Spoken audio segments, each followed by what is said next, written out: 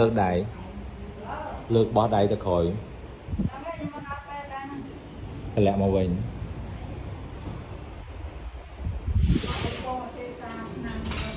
đập lìa chạp chạp là bó đầy nhóm đạo rồi miên cả làng chạp bọt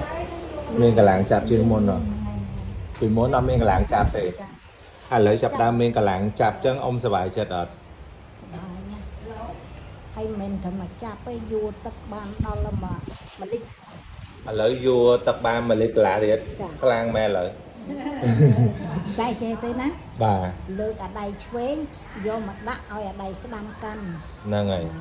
hay là hơi tới vô bạn bà ở đấy ở thì dân miên cả làng chạp mà với những cái lòi nè ngày chuột chân ពួកអ្នកខ្លះគាត់ថាគាត់មានជំនឿស្លាប់មួយជំនាញខ្លួនគាត់ថាព្យាបាលមានបញ្ជាទេចាប់អីមិនបានទេគាត់គិតថាអញ្ចឹងណាហើយសម្រាប់អ៊ំវិញអ៊ំមានពីអីផ្ដាំផ្ញើសម្រាប់ពុកម៉ែបងប្អូនដែលគាត់មានជំនឿស្លាប់មួយជំនាញខ្លួនហើយគាត់រកការព្យាបាលអត់បានត្រូវគាត់ថាព្យាបាលបញ្ជាទេទុកទៅខ្លាចខាតលុយអញ្ចេះខ្លាចខាតពេលវេលាអញ្ចេះអញ្ចឹងណាអញ្ចឹងអ៊ំវិញអ៊ំមានកំណត់មិនដែរសម្រាប់គាត់ បើôngវិញតើគិតថាកុំគិតពីរឿងថាព្យាបាលជាបាទណាព្រោះអីខ្ញុំជាគំរូហើយកាប់កាន់បានហើយបាទកាន់បានទី ហ្នឹងហើយ ពូទីបាននេះ បាទ បាន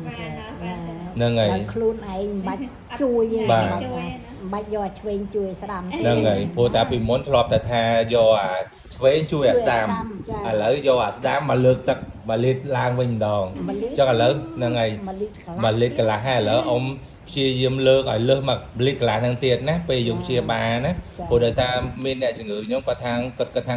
គាត់ស្លាប់មួយជំនាញខ្លួនហើយព្យាបាលកន្លែងណាក៏មិនជាដែរព្រោះគាត់និយាយភាសាហ្នឹងអញ្ចឹងអ៊ំមានពីអីផ្ដាំផ្ញើសម្រាប់គាត់ព្រោះអីគាត់ចង់ឃើញអ្នកជំងឺដែលគាត់ស្លាប់មួយជំនាញខ្លួនព្យាបាលទៅជា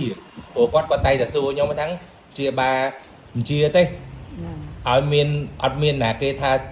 បានធូរអញ្ចឹងណាអញ្ចឹងអ៊ំវិញមានអីផ្ដាំផ្ញើចុងក្រោយថាកុំឲ្យអស់សង្ឃឹម បាទ ខ្លួនយើងប្រឹងខ្លួនយើងត្រូវតែជឿជាក់ថាជា បាទហ្នឹងហើយអញ្ចឹងដល់ឥឡូវចុងក្រោយហ្នឹងអ៊ំអាចផ្ដល់ជាលេខទូរស័ព្ទឲ្យព្រោះមានអ្នកជំងឺច្រើនហើយគាត់ស្លាប់មួយជំនាញខ្លួនតែមិនដឹងថាទៅព្យាបាលកន្លែងណាឲ្យបានជាហើយអស់លុយធូរថ្លៃដែលគាត់មានលទ្ធភាពហ្នឹងហើយកន្លែងក្មួយប្រុសឈ្មោះអីណា គ្រូពិសិដ្ឋស្ដេចសរសៃ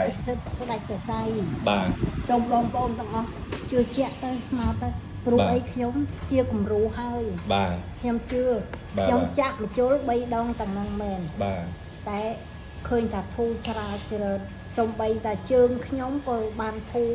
បោះចំហៀនអីស្រាលហើយដៃខ្ញុំអាចកាន់បានខ្លះហើយ ហ្នឹងហើយសូម្បីតែกระดาษហ្នឹងกระดาษនេះទូចបំផុតហ្នឹងគាត់នៅចាប់បានណាមិនធម្មតាណាបើសិនជាអ្នកជំងឺហ្នឹងគឺគាត់កាន់អត់បានទេគឺមិនអាចចាប់กระดาษហ្នឹងបានទេព្រោះអ្នកខ្លះកាន់กระดาษសូម្បីតែกระดาษប៉ុណ្ណឹងក៏ជ្រុលដែរអ៊ំជឿអត់ព្រោះអីគាត់មានកម្លាំងចាប់អញ្ចឹង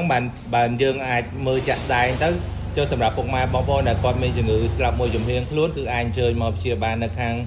គ្រូពិសិដ្ឋស្ដេចសរសៃបានដែលមានទីតាំងនៅទល់មុខផ្សារហេងលីលេខទូរស័ព្ទ014 615 356 014 615 356 086 355 245បាទសូមអរគុណសម្រាប់ការ share និងចែករំលែកទាំងអស់គ្នាបាទ